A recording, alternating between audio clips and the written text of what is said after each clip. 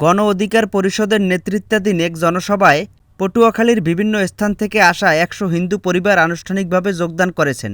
শনিবার বিকেলে গণ অধিকার পরিষদের পটুয়াখালী জেলা কার্যালয়ে জনসভায় গণ অধিকার পরিষদের সভাপতি ও সাবেক ডাকসু বিপি নুরুল হক নূরের উপস্থিতিতে এই যোগদান অনুষ্ঠান অনুষ্ঠিত হয়। গণ অধিকার পরিষদের কেন্দ্রীয় কমিটির নেতৃবৃন্দ এ সময় নতুন সদস্যদের স্বাগত জানান। মত বিনিময় সভায় আরও উপস্থিত ছিলেন গণ অধিকার পরিষদের কেন্দ্রীয় সদস্য কৃষিবিদ শহীদুল ইসলাম ফাহিম, জেলা সভাপতি নুরুল ইসলাম লিটু, সাধারণ সম্পাদক শাহ আলম সহ বিভিন্ন পর্যায়ের নেতাকর্মীরা।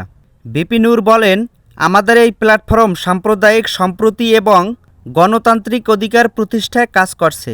সকল ধর্ম বর্ণের মানুষের অধিকার রক্ষায় আমরা একসাথে কাজ করব। অভিনন্দন জানাই আমাদের এখানে হিন্দু সম্প্রদায়ের যেসব পরিবাররা গণ অধিকার পরিষদে যোগ দিয়েছে তাদেরকে।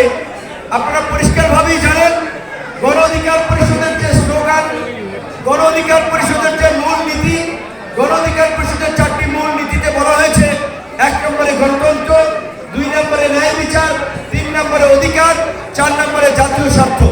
সকলেই গণতান্ত্রিক বাংলাদেশ চায়, কিন্তু গত 53 বছরেও বাংলাদেশের গণতন্ত্র প্রাতিষ্ঠানিক রূপ পায় নাই। যার কারণে আমরা বলেছি যে আমরা রাজনৈতিক দল থেকে গণতান্ত্রিক চর্চা শুরু করেই আমরা রাষ্ট্রীয় পর্যায়ে গণতন্ত্রের প্রাতিষ্ঠানিক রূপদান করতে চাই। যে কারণে আমরা গণতন্ত্রকে আমাদের 1 নম্বর মূল নীতি হিসেবে গ্রহণ করেছি। আমরা সমাজের সর্বস্তরে ন্যায় বিচার এবং ইনসাফ কায়েম করতে চাই। যে কারণে আমরা ন্যায় বিচারকে আমাদের 2 নম্বর মূল নীতি হিসেবে আমরা গ্রহণ করেছি। এই দেশে 90% মানুষ মুসলমান সম্প্রদায়ের হলেও এখানে অন্যান্য সম্প্রদায়েরও কিছু লোকজন আছে।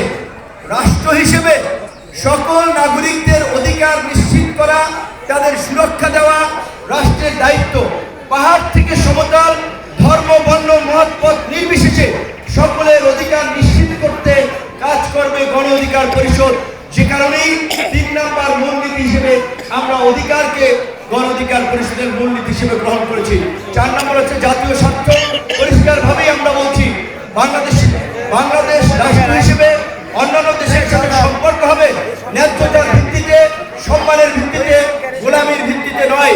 সে কারণেই জাতীয় স্বার্থকে আমাদের 4 নম্বর মূলনীতিতে আমরা প্রাধান্য দিয়েছি। আমাদের স্লোগান জনতার অধিকার, আমাদের অঙ্গীকার, আমাদের অঙ্গীকার, দেশ হবে